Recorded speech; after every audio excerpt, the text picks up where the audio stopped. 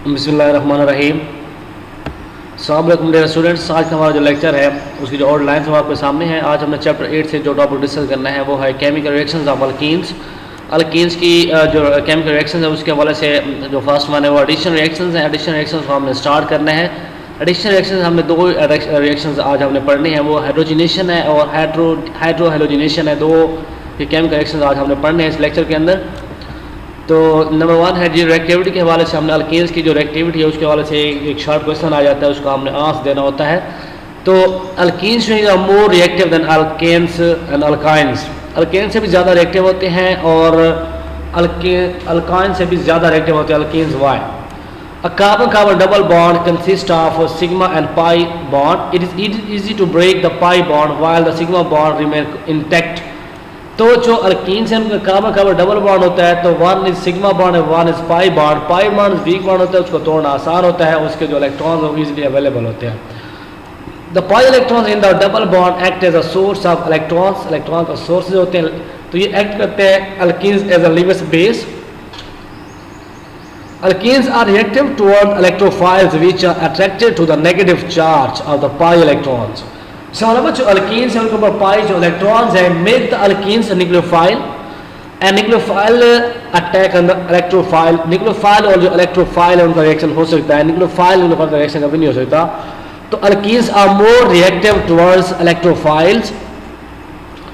The pi bond will broken, each carbon atom become an active site which can form a new covalent bond with another atom, and pi bond is converted into two sigma bonds. तो फिर होगा क्या, जब वो double bond टूटेगा तो alkenes react करेंगे और जो डबल बॉन्ड है वो कन्वर्ट हो जाएगा सिंगल बॉन्ड के अंदर।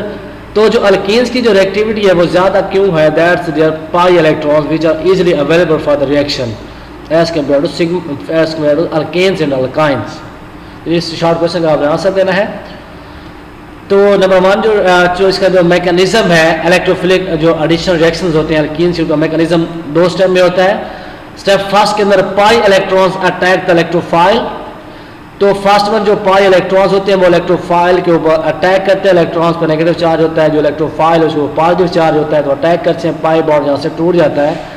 तो एक कार्बन के साथ तो लग जाता है इलेक्ट्रोफाइल, दूसरे कार्बन के ऊपर प्लस चार्ज रहता है which make them on positive charge on the more substituent carbon. तो कार्बन के ऊपर जब पॉजिटिव चार्ज आ जाता है तो वो बन जाता है एज इलेक्ट्रोफिलिक सेंटर, तो फिर जहाँ न्यूक्लियोफाइल उसके ऊपर अटैक करना स्टार्ट करता है सेकंड स्टेप के अंदर।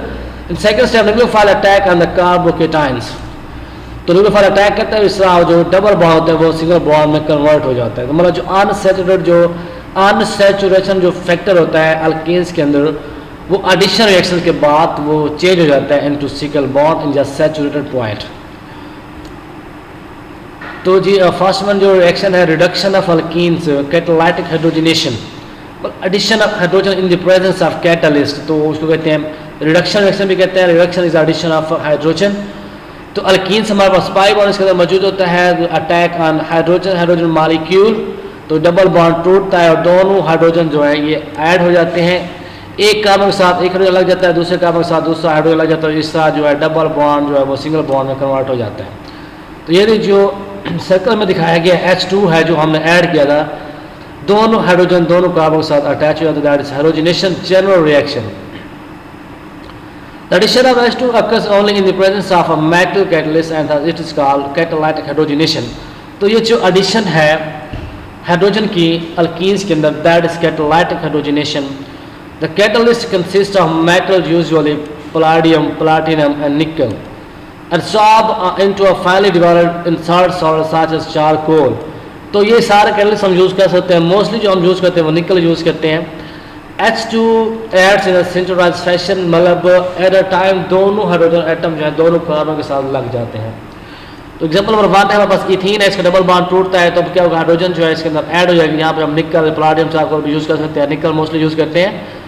तो डबल बॉन्ड टूटेगा दोनों हाइड्रोजन के साथ ऐड हो जाएगा तो पूरा H2 मॉलिक्यूल इसके अंदर एडेड हो जाएगा। और इस तरह हमारे पास ये सैकड़ों अल्कीन्स हैं, तो इसको देखेंगे यहाँ पर डबल बॉन्ड टूटेगा दोनों हाइड्रोजन के साथ ऐड हो जाएंगे, तो ये एडिशन ऑफ H2। तो इस तरह डबल बॉन्ड सिंगल बॉन्ड में कन्वर्ट हो जाएगा, इस तरह हाइड्रोजनेशन हो जाएगी। तो जी delta H of hydrogenation also known as heat of hydrogenation, मतलब जितनी हीट इवॉल्व होगी जो हाइड्रोजनेशन है एक्सोथर्मल प्रोसेस है, तो जहाँ भी डबल बॉन्ड टूटेगा तो हाइड्रोजन ऐड होगी, इस तरह जो हीट इवॉल्व होगी उसको हम कहेंगे heat of hydrogenation. Can be use as a measure of the relative stabilities of two different alkenes that are hydrogenated to form the same alkane। तो ये जो हीट ऑफ हाइड्रोजनेशन है ये हमें बताती है कि अल्कीन्स कितना स्टेबल था या कितना अनस्टेबल है।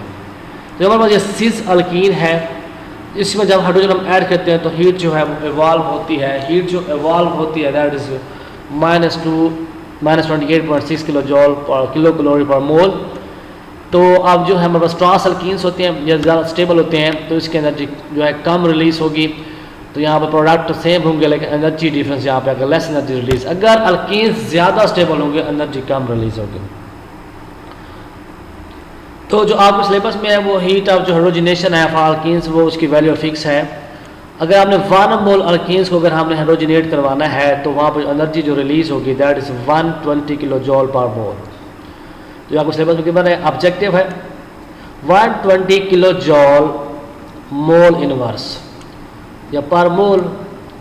तो ये जो हीट ऑफ एनर्जी है ये 1 मोल अल्कीन्स को हाइड्रोजनेट करना मतलब 1 मॉलिक्यूल में अगर 1 डबल बॉन्ड है उसको हाइड्रोजनेट करना है तो 120 किलो जॉल एनर्जी जो है वहाँ पे रिलीज होगी। अगर 2 डबल बॉन्ड अगर आप हाइड्रोजनेट करेंगे तो फिर 120 को 2 से मल्टीप्लाई कर देंगे 240 हो जाएगा। अगर 3 बॉन्ड को हाइड्रोजनेट करेंगे फिर आपको 3 से मल्टीप्लाई करना है। तो इस तरह हीट वहाँ पे इवॉल्व होती है। तो ये जो हाइड्रोजनेशन प्रोसेस है ये इंडस्ट्रीज के काफ़ी सारे बेनिफिट्स हैं। इंडस्ट्री में भी यूज़ होता है for the production of vegetable ghee from the vegetable oil. तो वो जो वेजिटेबल ऑयल्स होते हैं वो अनसेचुरेटेड होते हैं, वो जो वेजिटेबल घी होता है दैट इज सेचुरेटेड। तो वहाँ पे हम क्या करवाते हैं हाइड्रोजनेशन करवा के उसको सेचुरेट बनाते हैं। इसके अलावा ये मतलब लैब्स के अंदर भी यूज़ होता है काफ़ी सारे रिएक्शन के अंदर alkenes double bond unsaturation check करने कंपाउंड्स के अंदर उसके लिए भी हम इसको यूज़ करते हैं। तो जो सेकेंड रिएक्शन है तो जो निकल हम यूज़ करते हैं निकल को हमने कैसे प्रिपेयर करना है। निकल हो रेनी निकल क्या होता है, रेनी निकल spongy solid form of the निकल स्पॉन्ज टाइप है, सरफेस पे पोर्स होते हैं, इसको हम यूज़ करते हैं फॉर द हाइड्रोजनेशन। तो स्पॉन्ज सरफेस होने की वजह से जो निकल होता है उसकी जो सरफेस एरिया है वो बढ़ जाता है। जैसे ही कैटलिस्ट का सरफेस एरिया बढ़ता है तो रेट ऑफ रिएक्शन इंक्रीज हो जाता है। इसका मतलब है जो रेनी निकल ज़्यादा इफेक्टिव है फॉर द हाइड्रोजनेशन। अब रेनी निकल हम कैसे प्रिपेयर करते हैं, सबसे पहले हम अलॉय बना रहे होते हैं जी। एल्यूमिनियम निकल अलॉय जो है ये बनता है एल्यूमिनियम निकल अलॉय। तो एल्यूमिनियम निकल अलॉय से फिर हम क्या करते हैं निकल को वहाँ से सेपरेट करते हैं बाय द रिएक्शन ऑफ निकल aluminium alloy with sodium hydroxide plus यहाँ पे हम यूज़ कर रहे होते हैं वाटर की मदद में रिएक्शन करवाते होते हैं और आपको यहाँ से निकल मिल जाता है। तो यहाँ पे निकल सोडियम एल्यूमिनियम ऑक्साइड जो है यहाँ से अलग हो जाता है और जो हाइड्रोजन होती है वो यहाँ से रिमूव हो जाती है। मॉलिक्यूलर हाइड्रोजन भी मौजूद होती है और यहाँ पे एटॉमिक हाइड्रोजन भी होती है, वो दोनों यहाँ से रिमूव हो जाती हैं। बाकी जो चीज़ आपको मिलती है दैट इज़ निकल स्पॉन्जी सॉल्ट इसके सरफेस ज़्यादा होता है उसको हम हाइड्रोजनेशन के अंदर यूज़ करते हैं। तो ये शॉर्ट क्वेश्चन में आ जाता है, इसको आपने तैयार करना है। तो जो सेकंड मेथड है वो electrophilic addition of hydrogen halides to alkenes. तो इम्पोर्टेंट लॉन्ग क्वेश्चन भी है। तो अल्कीन्स के अंदर हमने हाइड्रोजन हैलाइड्स को ऐड करना है। Hydrogen halides are simple polar molecules and that act across a double bond of an alkene. Alkenes के डबल बॉन्ड के अक्रॉस इनको हम ऐड करते हैं। The reactivity of this is as follow. ये आपके पास वेरी इंपॉर्टेंट ऑब्जेक्टिव भी है, ये इंटर टेस्ट में भी समटाइम क्वेश्चन पूछ लेते हैं कि जो हाइड्रोजन हैलाइड्स हैं उनकी रिएक्टिविटी के हवाले से जो सीक्वेंस वो आप बताएं। तो सबसे ज़्यादा रिएक्टिविटी होती है वो हाइड्रोजन आयोडाइड की होती है बिकॉज जो हाइड्रोजन हैलाइड्स हैं उनकी जो रिएक्टिविटी है वो डिपेंड करती है हाइड्रोजन और हैलोजन का जो बॉन्ड बनाता है उसके ऊपर डिपेंड करता है। अगर वो बॉन्ड स्ट्रॉन्गर होगा तो उसकी रिएक्टिविटी सबसे कम होती है। तो जो हाइड्रोजन आयोडाइड का जो बॉन्ड होता है वो सबसे वीक बॉन्ड होता है, वो इजीली जितना बॉन्ड इजीली टूटेगा उतना जो एडिशन होगी अल्काइल हैलाइड की अल्कीन्स के अंदर वो उतनी फास्ट होगी। तो हाइड्रोजन आयोडाइड का बॉन्ड बहुत जल्दी टूटता है और एडिशन जो है वो जल्दी होती है तो रेट ज़्यादा फास्ट होता है, इसकी रिएक्टिविटी ज़्यादा होती है। तो हाइड्रोजन जो फ्लोराइड है इनका यहाँ पर इलेक्ट्रोनेगेटिविटी डिफरेंस ज़्यादा होने की वजह से यहाँ पे बॉन्ड जब स्ट्रॉन्गर होता है वो बॉन्ड इजीली टूटता नहीं है। जब बॉन्ड इजीली नहीं टूटेगा तो जो हाइड्रोजन फ्लोराइड की जो एडिशन है अल्कीन्स के अंदर वो बहुत डिफिकल्ट होगी, ज़्यादा टाइम लगेगा, तो उसकी रिएक्टिविटी कम होगी। तो रिएक्शन आपके सामने है जी, हमारे पास अल्कीन है तो एक्चुअल हम यहाँ पर ऐड करना चाह रहे हैं, डबल बॉन्ड यहाँ से टूटेगा तो ये सिमेट्रिकल अल्कीन है, एक तरफ हाइड्रोजन लगेगा दूसरी तरफ क्लोरीन लग जाएगा तो ये हमारे पास एडिशन होगी। अब as seen in the above example, the hydrogen adds to one side of double bond while the chlorine add to other side. तो ये सिमेट्रिकल है, ये कार्बन कार्बन डबल बॉन्ड, इस तरह भी कार्बन, इस तरह भी कार्बन, एक जो सिमेट्रिकल अल्कीन्स है, सिमेट्रिकल केस के अंदर आप हाइड्रोजन को एक तरफ ऐड करते हैं, दूसरी तरफ आप क्लोरीन को ऐड करते हैं। तो ये रिएक्शन स्टेप बाय स्टेप चलता है। तो स्टेप फर्स्ट के अंदर क्या होता है, हाइड्रोजन जो डबल बॉन्ड होते हैं पाई इलेक्ट्रॉन्स वो हाइड्रोजन पे अटैक करते हैं। तो पहले हाइड्रोजन ऐड होता है, डबल बॉन्ड टूट जाता है, हाइड्रोजन एक कार्बन के साथ लग जाता है, दूसरे कार्बन के ऊपर जो है पॉजिटिव चार्ज आ जाता है, तो वो इलेक्ट्रोफिलिक सेंटर बन जाती है। तो जो क्लोरीन यहाँ से रिलीज हो रहा होता है वो न्यूक्लियोफाइल की फॉर्म में वो सेकंड स्टेप में अटैक करना स्टार्ट करता है। तो स्टेप फर्स्ट के अंदर हाइड्रोजन पे पाई इलेक्ट्रॉन्स ऐड करते हैं अल्कीन्स के, क्लोरीन यहाँ पर न्यूक्लियोफाइल फॉर्म में अटैक रिलीज हो जाता है और जो अल्कीन के अंदर कार्बोकेटायन सेंटर बन जाता है। सेकंड स्टेप के अंदर जो स्टेप सेकंड होता है उसके अंदर वो क्लोरीन है वो जाके उसके ऊपर अटैक करता है उस मॉलिक्यूल के ऊपर, मतलब कैसे जी। ये स्टेप फर्स्ट था एडिशन। सेकंड स्टेप में क्या होगा, सेकंड स्टेप में ये होगा जो क्लोराइड आयंस होंगे जो बनाया हुआ होगा हमने वो फिर अटैक करेगा उस कार्बोकेटायन के ऊपर और वहाँ पे वो ऐड हो जाएगा। सेकंड स्टेप, दो स्टेप में ये रिएक्शन चलता है। तो ये हमारे पास वो looked at symmetrical alkenes where it did not matter which side the atom of hydrogen halide added to the double bond with the unsymmetrical alkenes the side of alkene need to be taken into consideration। अगर तो symmetrical alkyne है तो इस case में कोई issue नहीं है। आप ये सिमेट्रिकल अल्कीन्स वो होते हैं जहाँ पे कार्बन कार्बन डबल बॉन्ड मौजूद है, उसके दोनों तरफ एक जैसे ही कार्बन एटम्स लगे हों या सेम फंक्शनल ग्रुप लगे हों, तो वो होता है सिमेट्रिकल अल्कीन। तो ये सिमेट्रिकल अल्कीन है। तो अगर वो अनसिमेट्रिकल अल्कीन होगा तो वहाँ पर थोड़ी बहुत कंसिडरेशन आपको करनी पड़ती है। तो इसके केस में ये सिमेट्रिकल है तो एक तरफ हाइड्रोजन दूसरी तरफ क्लोरीन लग जाता है, ये तो सिंपल है। अब अगर वो अनसिमेट्रिकल है फिर क्या होगा, अगर तो अनसिमेट्रिकल है the hydrogen adds to side of alkene that hold only one hydrogen atom whereas chlorine adds to side of double bond with no hydrogen atoms. अब इस केस में ये होता है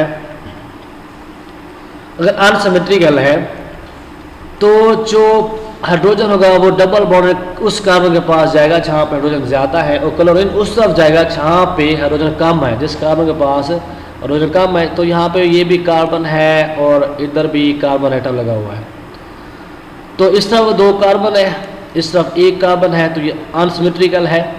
इस कार्बन के पास हाइड्रोजन यहाँ पे मौजूद है, इसके पास हाइड्रोजन नहीं है। तो जब भी आप HCl यहाँ पे ऐड करेंगे, HCl अगर हम यहाँ पे ऐड करना चाहते हैं तो स्टेप फर्स्ट के अंदर जो हाइड्रोजन है ये डबल बॉन्ड तो टूटेगा, लेकिन हाइड्रोजन किसके साथ लगेगा, उस कार्बन के साथ जिसके पास हाइड्रोजन ज़्यादा है। तो ये जो हाइड्रोजन है ये इसके साथ अटैच होगा, यहाँ पे लगेगा। इसके पास हाइड्रोजन नहीं है तो यहाँ पे हाइड्रोजन नहीं जाएगा, तो यहाँ पे लग जाएगा हाइड्रोजन। यहाँ पे कार्बोकेटायन जैसे ही बनता है तो जो क्लोरीन है वो वहाँ पे अटैक करना स्टार्ट कर देता है। तो क्लोरीन उस कार्बन के साथ अटैच होगा जिसके बाद हाइड्रोजन एटम्स कम होते हैं, वहाँ पे क्लोरीन लगता है। ये है मार्कोनिकव रूल। मार्कोनिकव रूल्स के मुताबिक नेगेटिव पार्ट उस डबल बॉन्ड कार्बन मौजूद है तो उस कार्बन के साथ लगेगा जिसके पास हाइड्रोजन कम होंगे। तो ये था आज का हमारा लेक्चर, इसको आप लोगों ने अच्छी तरह से अंडरस्टैंड करना है।